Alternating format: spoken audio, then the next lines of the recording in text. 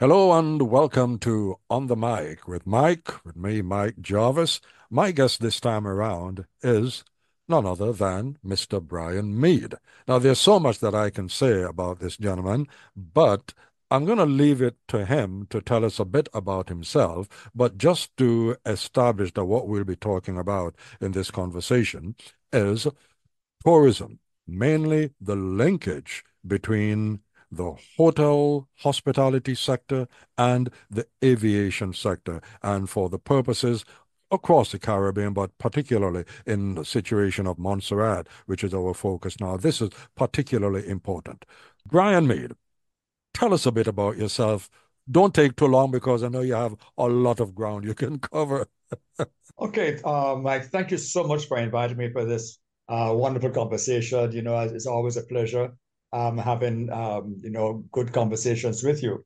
Yes, well, my aviation career began way back in 1980, quite by accident, as a matter of fact.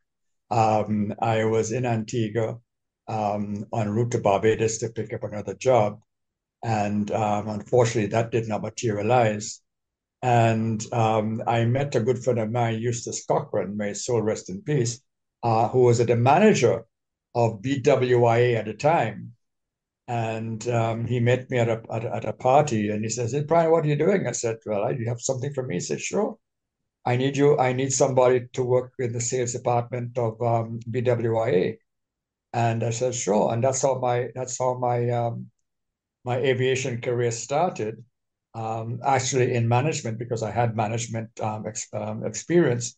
So I was sales director for BWIA for the Northeastern Caribbean. So I traveled I was based in Antigua and I had the Northeastern Caribbean islands as part of my responsibility. That's St. Kitts, Nevis. As a matter of fact, plus I was Guadeloupe, Dominica. It was Dominica, Guadeloupe, St. Kitts, Nevis, St. Maarten, Anguilla, the British Virgin Islands, St. Croix, and St. Thomas. So that's where I started. And then I worked with them until BWIA then shut down its services. And that was about 2 years later. There was an industrial accident in Antigua, and BWIA decided to shut down its services. So all the staff were laid off. And then they became Caribbean Airlines. But then I was lucky. I picked up a job as manager of Bryson's travel agency, and which I ran for a couple of years.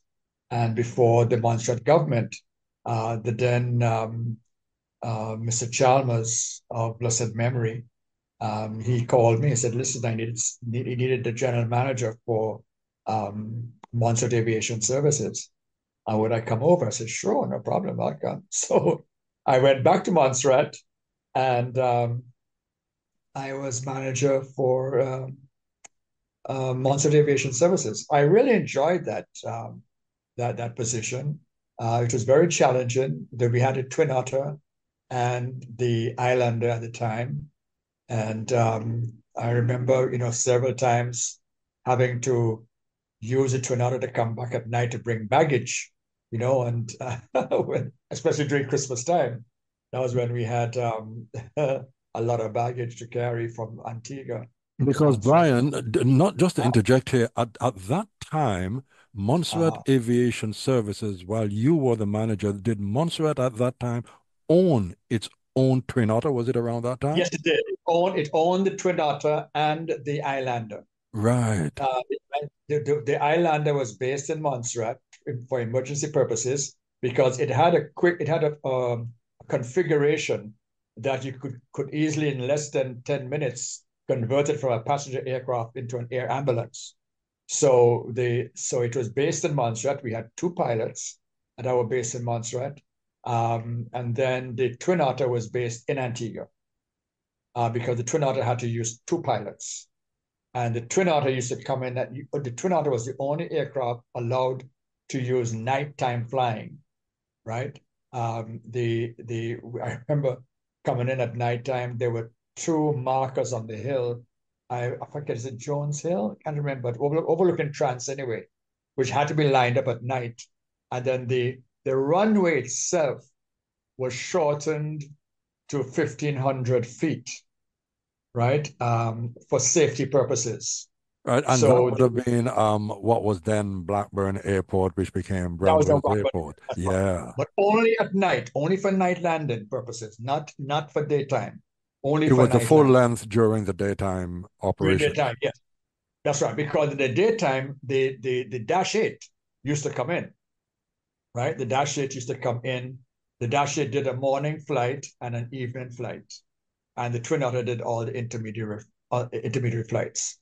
Yeah, And this but the is some Dash 8, serious nostalgic stuff, Brian. I mean, I yes, almost want to say, we came from all of that to yes, where we are at the moment, which is yes, another massive conversation. But you're yes. actually giving me an idea for a personality profile series. But I'm just going to continue with you along Yes. this line for a bit. So that's the aviation part of it. You're also, I think, you were a manager with Continental Airlines That is at one correct. That's point. correct.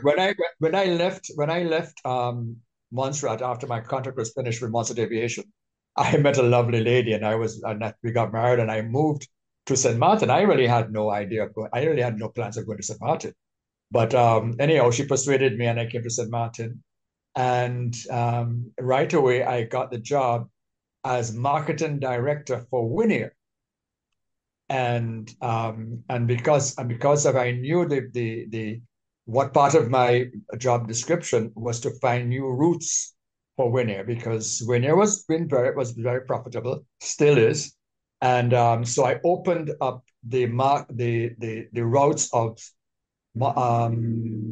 St. Maarten Tortola, St. Maarten Montserrat, and St. Maarten Dominica. Because you see, Winair had what you call a reciprocity agreement, right? Because Winair was the national airline of St. Maarten, and LIAT, quote unquote, Montserrat Aviation Services, was the national airline of Montserrat. So you have reciprocal agreements.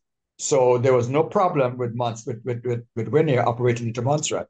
So I introduced the flight into Montserrat. Carib World Travel was the agent, and because the medical school was operating then, and of course the medical students were looking for some place to come out to Montserrat on weekends or something like that. So we started to do very, very well with the Montserrat St. Maarten route with Winair. And of course, and then the volcano came, and that stopped all of that. Yeah. And Right. well, you're speaking with us, you're speaking with me, you're in St. Maarten, where you've Correct. been living. I'm, Oh, yeah. yeah, so I want to just spend a couple moments on your hospitality industry career. Well, at least a snapshot of it, because these two are going to come together in this Right. conversation. Yes, but before we go there, how I got to Continental Airlines is because I was working with Winair at the time, and I got the telephone call, and it was the director of tourism for Anguilla. And she called me and she said to me, Brian, he says, I have a problem. I said, what's the problem? He says, listen, we have the vice president of Continental Airlines in Anguilla, and he needs to get back to Houston urgently. And there are no flights between Anguilla and St. Maarten for him to catch the flight out of St. Maarten to Houston. So I said, sure, no problem. I'll arrange that. As a matter of fact, I think the flight is in St. Bart's. I'll arrange for the pilot to drop into Anguilla because it's only a 5-minute flight and pick him up. So we did that. I called operations, and operations did that. And I completely forgot about it. And then about an hour later, the secretary told me, Mr. Meade is a gentleman who wants to see you. I said, yeah, send him in. It was him, the vice president of Continental Airlines. He came to thank me for saving his life. Wow. you know. So I said, okay, no problem, man. I mean, we're all colleagues in the business, brothers in the business. I'm glad to help you out. And then again, I completely forgot about it until about 6 months later. I got a telephone call from Houston. It was him saying, Brian, listen, we need a manager for our operations in St. Maarten and the Northeastern Caribbean. I think you're the best person. I've been following your career. Would you like to join Continental? I said, sure, why not? And that's how I joined Continental. And Continental Airlines was my university, I call it, in the aviation industry. I learned a lot. I mean, I every 2 weeks, so every other week, I was at headquarters in Houston, doing a lot of training. I did a lot of training, through the FAA and also CIA. I also did a lot of presentations. As a matter of fact, I was the only black manager in Continental Airlines for that area because Continental Airlines, our area was combined with Latin America and Central America. So there's a Continental Airlines did a lot of flights from Houston into Costa Rica, Guatemala, Belize, and those areas. So he had me doing presentations. I used to do presentations to all the managers, and I still have as a memento a note which he wrote to me thanking me for a job well done. So I Fantastic really stuff. enjoyed that. Yeah. Mhm. Fantastic. Well, tell us Yes. now about the link with the hospitality industry and tourism, because you've been a Oh, hotel that manager as well for a yes, yes, major yes, hotel yes. in St. That Maarten. came that came by again by accident because it's got been in Continental Airlines and with Winair. I was placed on the board of directors of the St. Maarten Hotel and Tourism Association. And with that, I was able to link, network with all the tourism officials within the industry, hotels, hotel managers, and tourism directors, not only from St. Maarten, but from surrounding islands. It was Anguilla, Saba, Statia, St. Bart's, St. Kitts Nevis, Montserrat. Um, I think her name was Leona Midget, I think at Leona time Midget was. was the director of Yeah, tourism at that time. Yeah. yeah. And so I was able to network with these folks, and I was on the hotel and tourism board for 5 years. And then I was nominated along with Mr. Robert Dubourg of blessed memories himself to be on the board of the Caribbean Hotel and Tourism Association, representing St. Maarten, which I did for 3 years. So with that networking and being on board meetings and so on, I was able to make some good contacts. So when Continental, unfortunately, filed for bankruptcy, of course, all the managers within the area was a middle management. Of course, we had the bigger salaries. So we were laid off first. And so I was laid off, but then I wasn't laid off for very much longer. And then because of that, I was able to get a job at DV Hotels. DV Hotels, which is a timeshare chain hotel based in St. Maarten. They have hotels in Aruba, Bonaire, Barbados, St. Maarten, St. Croix, the Cayman Islands in Cayman Brac. And so one of the hotel manager called me and says, Brian, look, we need somebody to be our sales director. You know everybody in the region, so why don't you join the company? And that's how I joined Divi Resorts. So I was with the Divi Resorts again also, and then I became a board member of the St. Maarten Timeshare Association, which is called timeshare is very big in those days. So I represented Divi Resorts because they had both timeshare and regular hotel guests. So and then because I used to go to Bonaire every month, I was also nominated to be on the board of directors of the Bonaire Hotel Association. So I did that for 2 years. So every month I would fly to Bonaire to represent Divi Resorts. And then I was with Divi there for 2, 3 years until 1999 when LIAT called me. So, Oh, LIAT as well. my good, yes, yeah, LIAT. That was my good friend, Mr. Edward Jerks. And because LIAT needed a manager, and I said, well, listen, would you mind joining the team? I said, sure, no problem, because DV was going through some changes themselves too, and I saw that the writing on the wall, my future wasn't there, so I said I'd rather work with LIAT anyway. So I joined LIAT now, and I became area manager North Leewards for LIAT under the supervision of Mr. David Stewart, who was director of sales at the time for for LIAT. So I was responsible for LIAT's operations in St. Kitts, Nevis again, um, Guadeloupe, Dominica, Anguilla, Sabre, Statia. Well, we didn't go to Sabre and Statia, but I had connections there. St. Croix, St. Thomas, the BVI, San Juan. And when we opened, I opened the office, the Santo Domingo office for LIAT, which was very profitable Yes, I until, recall. yes, yes, yes. So that is how I came involved in aviation and hospitality. And then, of course, LIAT, again, the airline industry is a very fickle industry. And in those days, especially after 9/11, you know, especially after 9/11, when airlines had to, the insurance rates went very high. The airports then all of a sudden had to implement the security staff so that they can operate into the states. Otherwise, they will lose their category status. And so it became very expensive overnight for airlines to operate. So the airlines are in business to make money. They're not in business to lose money. So wherever they can cut, they will cut. So middle management, unfortunately, was always the one that they would cut first. And unfortunately, I fell into that bracket. But I have no regrets. I learned a lot. And Well, yeah.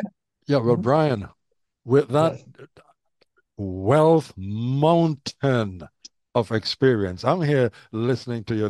The popular phrase is I'm glued to my headphones. Well, I'm already attached to the things anyway. I'm in London, you're in St. Martin, but I mean it's Yes. absolutely fascinating stuff. So Yes. come, and by the way, we are not going to talk about your media career. Okay, we'll do that some other Correct. time. We'll Correct. do Correct. that. Sure, of course. Of We'll course. do That, that. that, We'll do that that that's some another other time. chapter. Yeah, as I said, you've given me an idea now for a personality profile series. But Right.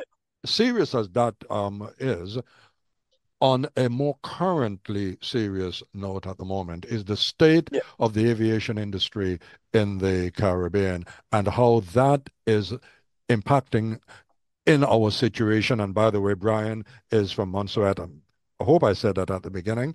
How that is Yeah. impacting Montserrat in particular, but also the other islands in the region. We can see what is currently happening. And I could mention that what we're seeing now, we previously had the sort of central hubs, as they were, Antigua, St. Barbados, Maarten. St. Martin, Puerto Rico, but Antigua, Barbados, St. Martin. But increasingly, we are seeing places like Anguilla, St. Kitts, Dominica, Grenada, St. Vincent, all coming up with their own, in some cases, international airports. Airport. Yeah. They're all international anyway. But then, Yeah. because of the situation and the circumstances of Montserrat, um, and they're doing that, let me add, it supports the tourism and the hotel industry. So aviation is Yeah. critical for that. Yes. Montserrat is in a completely different situation. So how do you read that? I mean, how do we get beyond this? Well, it's you see, access, air access. Well, let me put it this way.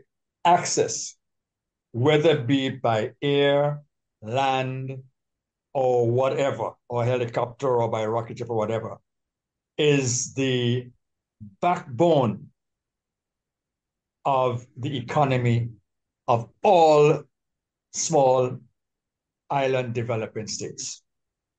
Every single one. Air access is very, very important. If it's important for Montserrat, it's important for Anguilla, it's important for Guadeloupe, it's important for Dominica, right? What has happened over the years? Two things. The governments have realized that their economy is dependent on tourism and also for trade too, you know? And the the involvement of the airline industry, and in particular, and I'm going to come to Montserrat in a minute. I'm going to look at Anguilla and Dominica, where, by the way, Dominica is now constructing its international airport, which will be ready in 2 years' time. Anguilla has lengthened its runway, and this is the reason because aircraft have evolved over the years, And what you have a aircraft that now can operate in shorter runways. They're more fuel efficient. They're better designed. And like in the case of Anguilla now, and in case of Dominica right now also, you now have American Airlines, which is using an aircraft called the Embraer, which is made in Brazil, that it seats about 80 something people, but it can fly direct nonstop from Miami straight into Anguilla, and from Miami now straight into Dominica. So that goes into so that aircraft goes into Melville Hall, not Melville Hall, sorry, Douglas Charles Airport into Dominica. So we're seeing that evolve. Unfortunately, in the case of Montserrat, Montserrat does not have the landmass, and because of its population, right, the it's not it's not conducive to large aircraft, as we can see. So, and because of the enforced situation with the volcano, and having to build a new airport in the northern part of the island, you know, it's problematic for Montserrat, and I can see it, and it's understandable, and it's God's will. It's an act of nature, you know. Um, when Montserrat before the volcano, Montserrat was doing fantastic, you know, as far as tourism is concerned, because that trip that dash eight used to come in the morning full and go to the afternoon full, because you had a population of 12,000 people, between 12 and 15,000 people, right? Uh, Airlines don't like to go into a destination that there's not enough traffic, because, like I said earlier on, airlines operate for profit, not to lose business, right?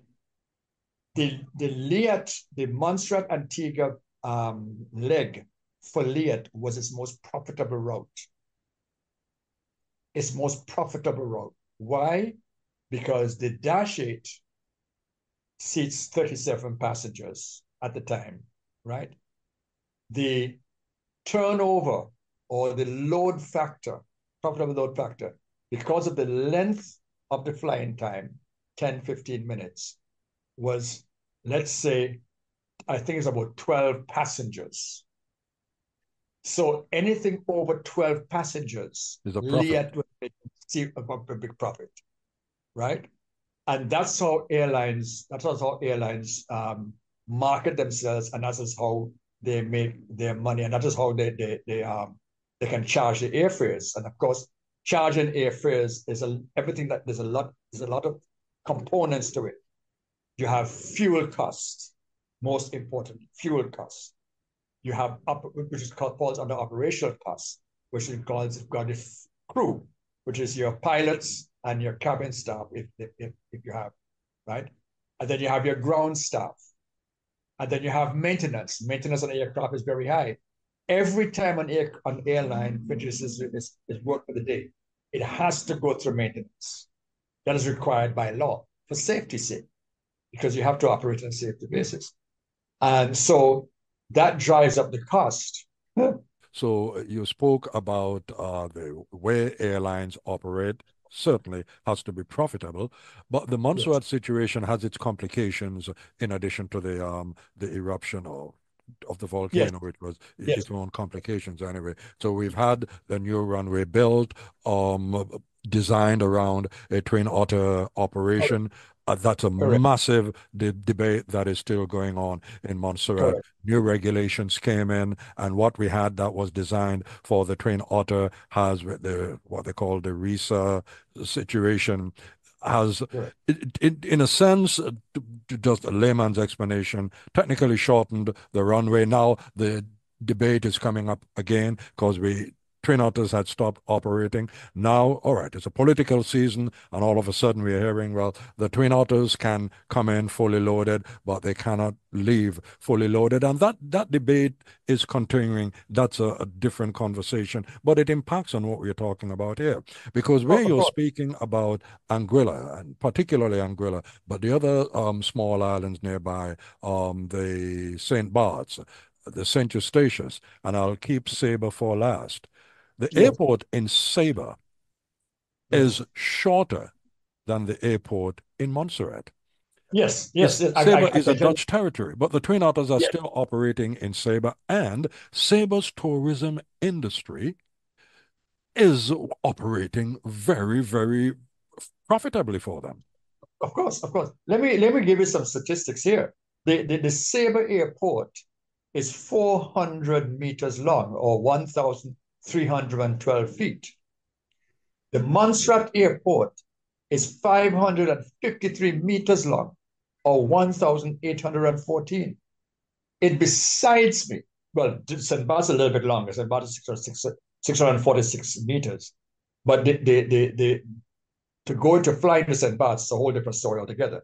I can tell you about that one. Yeah. But Sabre, my Sabre, the Dutch Aviation Authority, are signatories to ICAO, that's International Civil Aviation Authority. And Sabre is only about, flying time as the bird flies, 50, no, about 45 minutes. No, 40 minutes, half an hour from Montserrat. Sabre is just there, Mhm. And it doesn't, I cannot understand, nobody can make understand how it's possible that the Twin Otter can go into Sabre on a full load. As a matter of fact, what Winair does, they don't really go in on a full load. They're going because the can take a 19. To go to Sabre, they go in with say like about 15 passengers because they know that the operated the load factor is where they make money. Plus, the Dutch government subsidizes. Let me make that clear. The Dutch government subsidizes the airfares between Sabre and St. Maarten and Sabre and St. Eustatius, Well, then right? they're all Dutch territories anyway. They understand it. Now, the flying time between St. Maarten and Sabre is 15 minutes. The airfare is $253 US round trip. The And I think you're airfare, about to compare that with the airfare between Montserrat and Antigua, even with the current that, occasional subsidies. that's right. The Montserrat fare between Antigua and Montserrat is 310 US dollars. It's higher. And same operation, same flying time, 15 minutes. And at either end of Sabre's airport are 200 feet cliffs, not land, cliffs. And that is like landing on a aircraft carrier. So it behooves me. I don't understand why is it all of a sudden at an airport that has been designed for a twin otter, and I'm being a layman here because it's been designed for twin otter, and the twin otter has been operating safely into Montserrat for years. Not only that, by an airline that has been operated within the Caribbean for 65 years without an incident. Winair is one of the most safest airlines, if not the most safest airline in the Eastern Caribbean. Okay, so we should not be regulating any airport, as we said. Give the specifics to the airline. Let the airline design its own operation because the airline has a safety standard to upkeep. So it will not do anything that will be unsafe for its passenger and crew, And you're right? coming from at this from the perspective of being a former manager in the aviation industry and a former manager in the tourism sector, in the hospitality hotel industry. If you were to And I compare know the Montserrat like at the back of my hand. and you know And Montserrat I know like the Montserrat. like the back of your hand, and I I understand can attest to that. I can attest it. to that. So if you're going to compare the two situations, the Sabre situation and the Montserrat situation, looking at Sabre, had Sabre not been able to have the Twin Otter type aircraft, what impact would that have had on Sabre's very vibrant tourism, even the Oh, specialized tourism industry? it will have a devastating effect on Sabre. But then Sabre also has a ferry that goes there too, right? The Makana ferry. There's the Dutch government, and I'm going to come to that in a minute. The Dutch government has subsidized a ferry operation, operates between St. Maarten, Sabre, Statia, and back to St. Maarten. And the round trip is $85. $85. Yes, and the transit time between Saba and St Maarten is the same like between Antigua and Montserrat, hour and a half. I mean, come on, where are we going? And let me go back to access there for a minute, right? Air access, like I said, is the backbone of all small island developing states. The reason why is the backbone? Because it is it has to help trade. It helps the economy of the islands, right? Also, from a humanitarian point of view, it provides security. It provides emergency thing in case you have to get off the island. Remember, you're living on an island, you're not living in a city, and you have, and I'm sure there have been lots of cases where you had to lift somebody out of Montserrat in a hurry. Therefore, it's very important for tourism, trade, and emergencies. And it has to be affordable too. You cannot let the airline operators like St. Vincent SVG Air and Fly Montserrat to operate at a loss either. So whatever aircraft or whatever operation they have, it must be subsidized by the British government. Must be, because Montrealers cannot afford, if they have to put if those aviation operators put the real costs of operating a flight into Montserrat, it's going to cost over $1,000, I'm sure.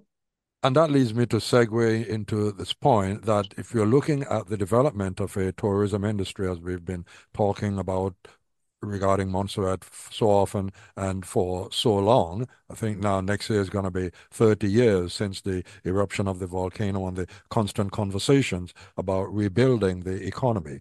Can the economy, particularly an economy that would be dependent on tourism, realistically, can it be realistically rebuilt on the operation of six-seater aircraft, depending on what type of tourism industry we want to build?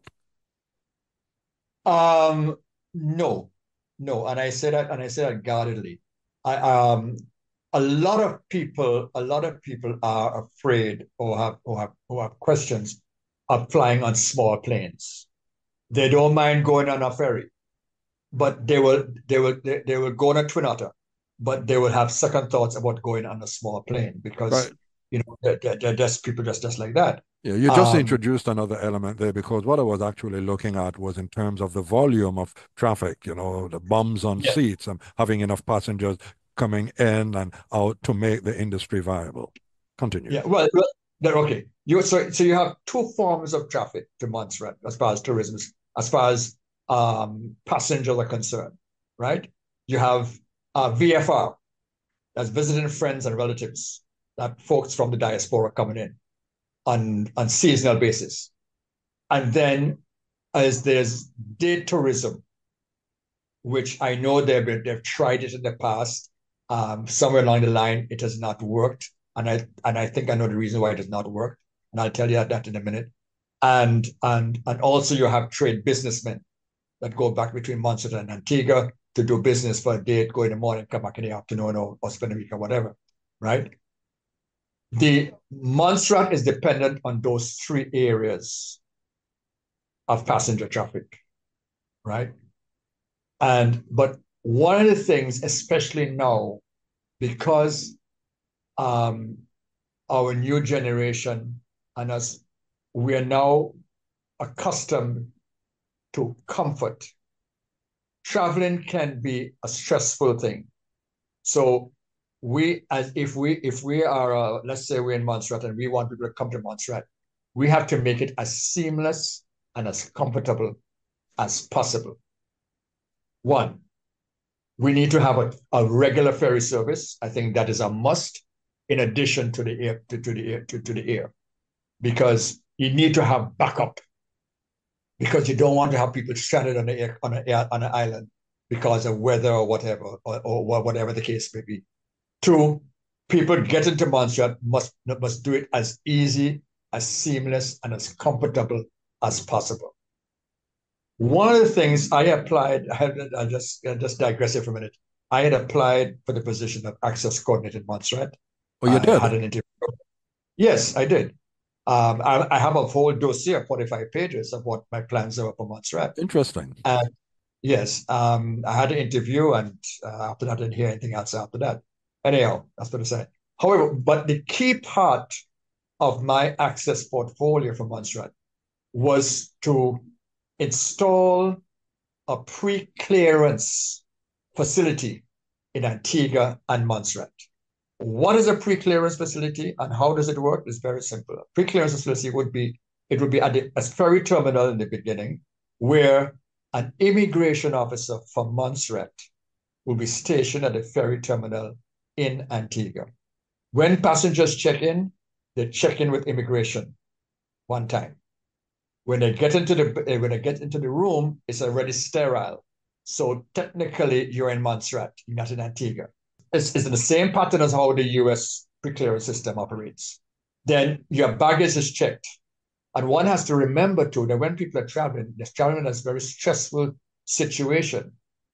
To come to Montserrat via Antigua, whether you're coming out of Boston, whether you're coming out of London, whether you're coming out of Paris, France, you have to get up at least 2, 3 o'clock in the morning to take a train or to take a taxi to get to the airport in time to catch a flight because the flight leaves to get into Antigua at 2 o'clock in the afternoon because of the time zone.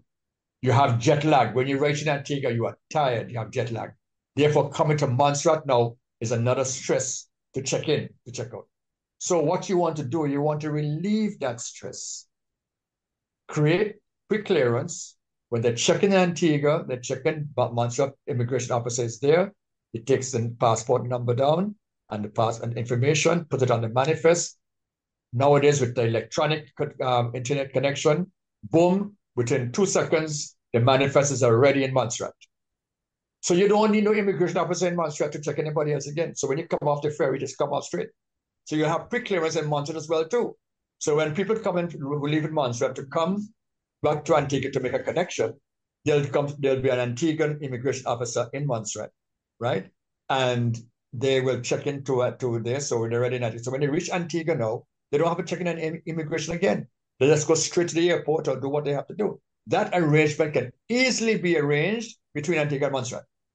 Let me just drop something else in this conversation, Brian, because we spoke about the airport before, and I should have brought it up at that time. So regarding the Twin Otter situation, what are your thoughts from your professional background on this? Twin Otter operation or lengthen the airport that we have or in your airport? Where do you fall on that? I think I think a twin otter operation to begin with right now, because lengthening the airport to me, as from what I understand and what I see, what I have seen there, it's not feasible. It's not very feasible. It will be it would be very expensive because you have to fill in the gut at one end, I think, and fill in the gut at the other end. It's a massive amount of earth you'll have to move to extend that. And I don't think it's necessary for the twin otter operation. It's already operating there already safely. So there's no need for that. The operators who are there now is that they have to be encouraged. But you see, again, twin otters are not cheap. Twin otters, but you can get them to lease. You can get them, I think the average twin otter is about $10 million now. But then you see, islanders have been fair. The islanders are getting old. I don't even think they're making islanders anymore. So there's going to come a point in time where I see that the airline is going to have to stop operating in Montserrat. I see it happening because the islanders again use what is called avgas. Hardly any airline operator now uses avgas. They use Jet A1 fuel, which is a refined kerosene. It is cheaper, it is easy to get, and that's what the Twin Otter uses. And another aircraft which is very successful, operate very successful in the St Barts is the Pilatus 12, PTC 12. It's a single engine aircraft and it uses the same engine as the Twin Otter. And it seats 9 people. And that flies from Puerto Rico to St. Barts on a regular basis. Well, Brian, I could stay here for another hour listening to you and just soaking up all of this knowledge and informed opinion that you're passing on. And I hope I'm sure you realize, I don't know if you do, Yeah, but if you don't, there's an election coming up in Montserrat, and the I campaign heard. is hitting fever pitch now, and Yeah, lots are being said. The yeah, access issue is at the top of the agenda. I hope that yeah, the politicians will take time out, will listen to what you said, take it in, yeah, food for thought, lots to consider there. I do thank you yeah, very much for taking the time and sharing your experience and your expertise in the aviation industry at managerial level and the yeah. hotel hospitality industry at managerial level and about Montserrat at Montserratian level. Yes, thank you so much for inviting me. I really enjoyed our conversation. As you know, we always have good laughs and good talks, you know. But access is the key. The last thing before I go, I don't know who ASI is. I am very It's a British aviation regulator. It falls under the British government's yeah, Ministry of yeah, Transportation, and it has oversight for aviation regulation for the British overseas territories, yeah. and that includes Montserrat. I don't think that ASI fully appreciates the importance of the twin otter operation into Montserrat, especially for its economic survival, right? The Montserrat needs reliable air transportation and good air transportation for it to be economically viable. You know, like right now you have a small population of less than 4,000 people, right? It needs to develop its tourism, and you cannot, and this tourist, you can get day tourists out of Antigua every day. Antigua has a vibrant tourism economy. We can tap into that and get day tourists. And This Dito, is I know that we're supposed to be wrapping up, but that's the beauty about this conversation because yes, the population of Sabre is a lot smaller. I think the population is a little so around 2,000 people, 2,000 about 2,000 thereabout, people, and the yeah, about 2,000. population of Statia is Yes, just around the same as the same. population That's correct. of Montserrat. I'm leaving St. Bart's out of this for the moment. That's But right. Sabre and Statia economically are holding their own, and That's correct. particularly the tourism industry, and the That's correct. Twin Otter operation is vital for that. It's vital for them. And it is subsidized by the Dutch government. And And I there are repeat, it also is Dutch overseas subsidized. territories as well, That is correct. The similar to colonies Montserrat just being a like British overseas territory. exactly. And I think and I think efforts had been born to Britain can afford it. Don't tell me they can't afford it because you're subsidizing the Ukraine war. So you Well, can subsidize the Montserrat. Brian, I Don't hope that say that, not Lord. only the I hope that not only the campaigning politicians, but also the British government representatives and anyone in Montserrat who works along with ASI are all listening or have all listened or Yes. will listen to the playback. Thank you very much indeed, Brian. A pleasure. Yeah, We'll yeah. do this Thank again. you very much. Thank you very much, Mike, and all the best. Enjoy.